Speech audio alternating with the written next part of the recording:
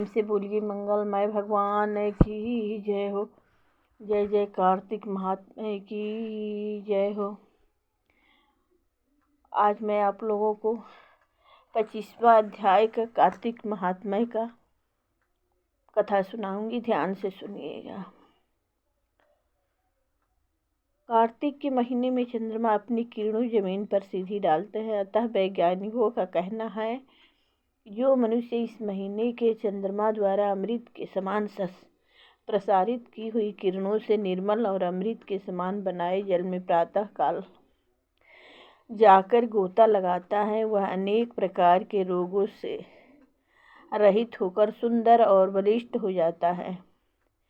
क्योंकि चंद्रमा की किरणें रात भर जिस कंदमूल, फल, भोज पदार्थ और जल पर पड़ती है, वह अमृत के समान रोगहर्ता और पौष्टिक बन जाता है। तभी तो हमारे शास्त्र में शरद पूर्णिमा को नाच गान बजाना, खेलना कूदना और प्रातःकाल स्नान करना तथा चांदनी में बने हुए तथा रखे हुए पदार्थों का सेवन करना लिखा है। बल बुद्धि की प्राप्ति के लिए कार्तिक मास में सुबह स्नान करना चाहिए। बस इतना ही नहीं, कार्तिक में दीपक जलाना, घर को साफ रखना, साफ वस्त्र पहनना स्वास्थ्य के लिए बड़ा हितकारी है। क्योंकि कार्तिक मास में ठंड पड़नी शुरू हो जाती है, इसलिए लोग बाहर न सोकर अंदर सोना पसंद करते हैं। ऐसी अवस्था में यदि घर साफ न होगा और दीपक न जलाया जाएगा, ओढ़ने बिछाने तथा पहनने के कपड़े साफ नहीं होंगे अथवा बलदायक भोजन नहीं खाया जाएगा, तो आदमी अवश्य बीमार हो जाएगा और लक्ष्मी उसके घर से विदा हो जाएगी। इसलिए हर मनुष्य को सुखी और निरोग रहने के लिए कार्तिक महात्मा और एकादशी कथा सुनाते हुए उपयुक्त नियमों का पालन करना चाहिए। कार्तिक के महीने में बादल भी पानी का रूप हो जाते हैं। निर्मल वायु भी बहकर जल को निर्मल कर दिया करती हैं और चंद्रमा की किरणें भी पूर्ण रूप से अमृत बरसाकर जल को अमृतमय बना दिया करती हैं। इसलिए कार्तिक में जलाशयों में स्नान करना उत्तम माना गया है। इसलिए कार्तिक स्नान सर्वोत्तम है। कार्तिक में जरूर स्नान करना चाहिए, यह बहुत फलदायी है और इससे परिवार में सुख शांति प्रदान होता है। भगवान सब सुख देते हैं। एक बार बोलिए कार्तिक महात्मा की जय हो। भगवान विष्णु की जय, लक्ष्मीपति नारायण की जय हो। तीर्थ व्रत और दान आदि के करने से समस्त पाप नष्ट हो जाते हैं, मगर प्रेत योनि में रहने वाले को इसका अधिकार नहीं है। तुम्हारे दुख को देखकर मैं अत्यंत दुखी हूँ और तुम्हारा दुख दूर किए बिना मुझे संतोष नहीं होता। तुम्हारे पाप बड़ी भारी हैं, क्योंकि यह तीनों योनियाँ बहुत बड़े पाप करने वालों को प्राप्त होती हैं और प्रेत योनि तो थोड़े पुण्य से नष्ट भी नहीं हो सकती। लेकिन मैं तुम्हें इस योनि से अवश्य छुड़ाऊंगा। इसलिए मैंने जो कार्तिक का व्रत किया है उसका आधा पुण्य तुम्हें देता हूँ। क्योंकि यज्ञ दान तीर्थ से सब निश्चय ही कार्तिक के व्रत के पुण्य के समान नहीं है। देवर्षि नारद बोले, हे राजन, इतना कहकर धर्मदत्त ने उसको ओम नमो भगवते वासुदेवाय यह 12 अक्षर मंत्र सुनाया और तुलसी का जल उसके ऊपर छिड़का। बस फिर क्या था, क्षण भर में वह प्रेत योनि से छूट प्रज्वलित शिखा के समान दिव्य रूप धारण कर लक्ष्मी के समान सुंदर हो गई। तब वह धर्मदत्त को दंडवत करके प्रशंसा से गदगद होकर बोली, हे ब्राह्मण, आपके आशीर्वाद से मैं इस घोर नरक से छूट गई हूँ। मुझे पाप सागर में डूबती हुई के लिए आप नौका के समान हैं। नारद ने कहा, हे राजन, अभी कलहा इसी प्रकार कह रही थी कि वहाँ पर विष्णु गण दीप्यमान विमान लेकर आए। विमान के द्वार पर अप्सराएं और गण बैठे हुए थे। धर्मदत्त ने उनको देखकर प्रणाम किया। पुण्यशील और सुशील नामक भगवान विष्णु के गणों ने धर्मदत्त को अपने हाथों से ऊपर उठा उसका अभिनंदन करके कहा, हे द्विज श्रेष्ठ, आप धन्य हैं जो सदा भगवान विष्णु के व्रत कथा और सेवा में लगे रहते हैं। आपने जो अपने बाल्यकाल में पवित्र और शुभ कार्तिक व्रत किया था, उसके आधे फल से कलहा के पूर्व जन्म के एकत्रित पाप नष्ट हो कर दिए हैं। यही नहीं, आपकी कृपा से उसके सैकड़ों जन्म के पाप नष्ट हो गए हैं। आपके जागरण आदि करने से, पुण्य प्रभाव से आकाशमंडल से यह विमान आया है। हे ब्राह्मण, अब हम इसे भांति भांति के भोगों से युक्त वैकुंठ में ले जा रहे हैं। आपके दान पुण्य के प्रभाव से यह भगवान विष्णु के पास रहेगी। आप भी इस जन्म के बाद अपनी दोनों स्त्रियों सहित वैकुंठ में विष्णु जी के पास रहोगे और मुक्ति प्राप्त करोगे। हे दया सागर, वह मनुष्य धन्य हैं और जन्म उन्हीं का फलीभूत है जिन्होंने तुम्हारी तरह विष्णु जी की भक्ति की है, क्योंकि भगवान विष्णु अपने भक्तों को भला क्या नहीं देते। जिन्होंने प्राचीन काल में उत्तानपाद के पुत्र को ध्रुव पर पहुंचाया, जिसके सुमिरन मात्र से प्राणियों की मुक्ति हो जाती है। प्राचीन काल में विष्णु जी केवल अपने नाम के स्मरण से ही आप द्वारा पकड़े हुए हाथी को हस्त योनि से मुक्त करके जय नाम देकर अपना पार्षद बना लिया। तुमने उसी विष्णु की सेवा की है, इसलिए तुम अपनी दोनों स्त्रियों सहित 1000 वर्ष तक भगवान विष्णु के पास निवास करोगे। जब तुम्हारा पुण्य छिन्न हो जाएगा, तब तुम सूर्य वंश में अपनी दोनों रानियों के साथ राजा दशरथ के नाम से प्रसिद्ध हो गए, तथा यह कलहा तुम्हारे आधे पुण्य की भागीदार होने के नाते तुम्हारी तीसरी भार्या होगी। वह भगवान विष्णु पुत्र के रूप में तुम्हारे पास रहेंगे और देवताओं का कार्य करेंगे। विष्णु जी को प्रसन्न करने वाले तुम्हारे कार्तिक व्रत से अधिक महत्वपूर्ण यहाँ दान तीर्थ आदि और कोई भी नहीं है। हे दया सागर, तुम धन्य हो, क्योंकि तुमने जगत गुरु भगवान विष्णु को प्रसन्न करने के लिए कार्तिक मास का व्रत किया है, जिसके आधे पुण्य के फल भी की भागीदार कलहा है। इस समय हम इसे अपने साथ विष्णु लोक को ले जा रहे हैं। देवगुणों के ऐसे वचन सुनकर धर्मदत्त ने कहा, ये सब मनुष्य भगवान विष्णु की प्रशंसा के लिए विद्वत आराधना, यज्ञ, दान, व्रत, तीर्थ, तप आदि करते हैं, किंतु ऐसा कोई सरल उपाय बताओ जिसके करने से इन सब का फल प्राप्त हो। तब गणों ने कहा, हे द्विजश्रेष्ठ, आपका प्रश्न बड़ा कठिन है। हम आपको भगवान विष्णु को शीघ्र प्रसन्न करने का उपाय बताते हैं। हम इतिहास सहित प्राचीन वृत्तांत सुनाते हैं, सावधानी से सुनो। प्राचीन काल में कागचीपुरी में चोल नामक चक्रवर्ती राजा राज करता था।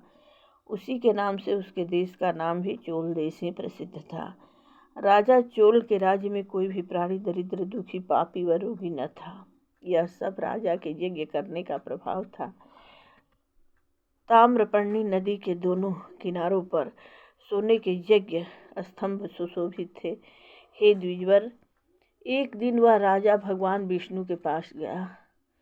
भगवान उस समय से शैया पर योग निद्रावश सो रहे थे। राजा ने उनके मणियों, मोतियों और स्वर्ण के दिव्य फलों फूलों द्वारा पूजा की।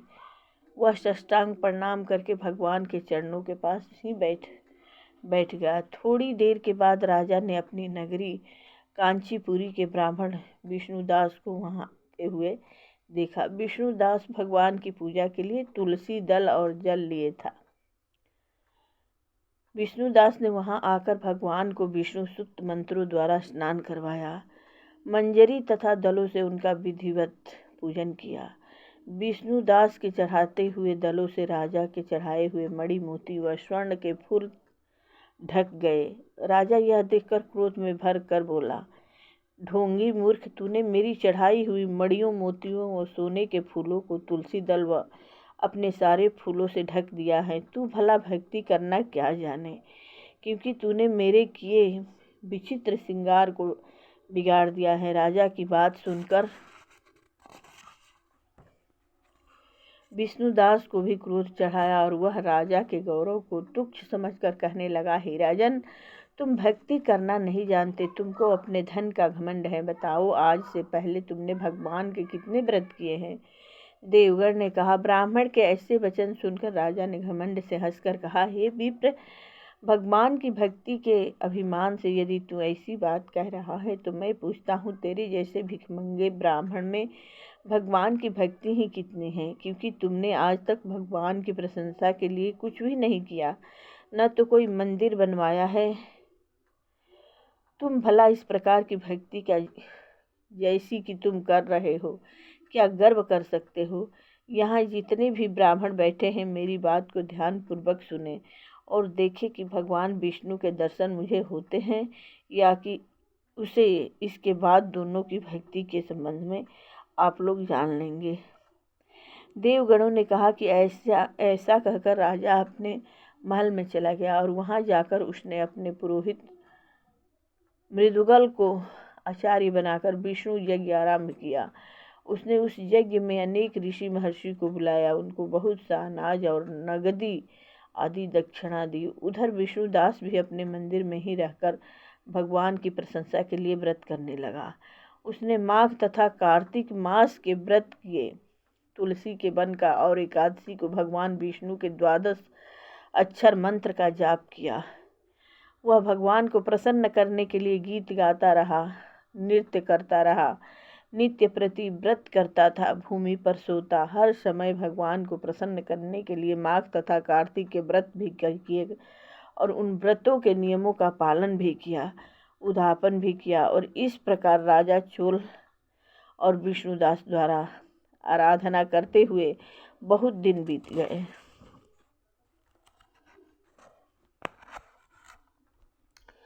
गणों ने कहा, विष्णुदास एक दिन भोजन तैयार करके भक्ति में तल्लीन था कि कोई उसका भोजन चुरा कर ले गया।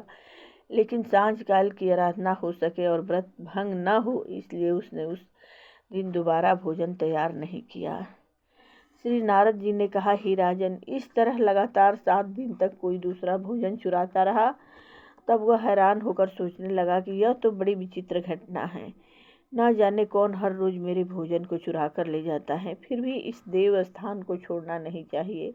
अगर मैं भोजन बनाकर खा लेता हूँ तो देर हो जाएगी, पूजा छूट जाएगी। अतः मुझे भोजन बनाकर तुरंत खाना नहीं चाहिए। बिना भगवान को भोग लगाए वैष्णवों को भोजन नहीं करना चाहिए। अगर 7 दिन बिना भोजन के बीत गए तो आज का एक दिन और सही। आज मैं भली भांति भोजन की रक्षा करूंगा और देखूंगा कि हर रोज इसे कौन चुरा कर ले जाता है। ऐसा सोचकर विष्णुदास भोजन तैयार करके भोजन के पास ही छिपकर बैठ गया। उसने थोड़ी देर के बाद देखा कि वहां पर एक चंडाल आया, जिसका शरीर बहुत दुर्बल था। उसके शरीर पर केवल चमड़ी ही चमड़ी दिखाई देती थी। वह चंडाल भोजन चुरा कर चल दिया तो विष्णुदास ने उसे पुकारा, हे भाई, यह रूखा भोजन ले जाकर क्या करोगे? घी तो लेते जाओ। ऐसा कहकर वह श्रेष्ठ ब्राह्मण आगे को बढ़ा। विष्णुदास को अपनी ओर आता देखकर वह चंडाल तेजी से दौड़ने लगा।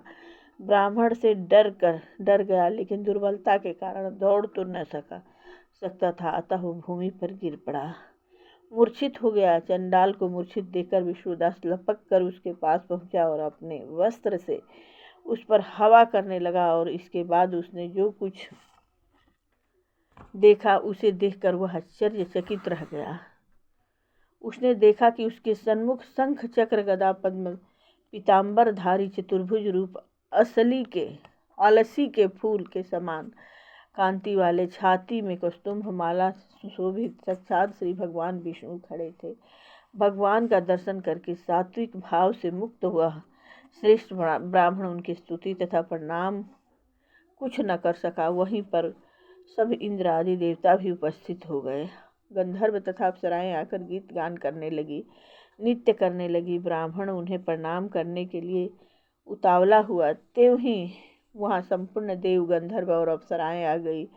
विष्णु भगवान ने अपना स्वरूप ब्राह्मण को प्रकट कर उसका आलिंगन किया और दिव्य विमान में बैठाकर उसे वैकुंठ ले गए। दिव्य विमान में ब्राह्मण को विष्णु के साथ जाते हुए चोल राजा ने भी देखा। उसने अपने गुरु आचार्य मुद्गल को कहा कि मैंने जो यज्ञ आदि किए हैं वे सब व्यर्थ हुए। जितनी दान दक्षिणा मैंने ब्राह्मणों को दी वह असफल हुए। विष्णु भगवान के दर्शन नहीं हुए। विष्णुदास ब्राह्मण ने केवल श्रद्धा से भक्ति की, उसके प्रभाव से विष्णु भगवान ने आकर उसको दर्शन दिए। इसलिए भक्ति ही सर्वोपरि है।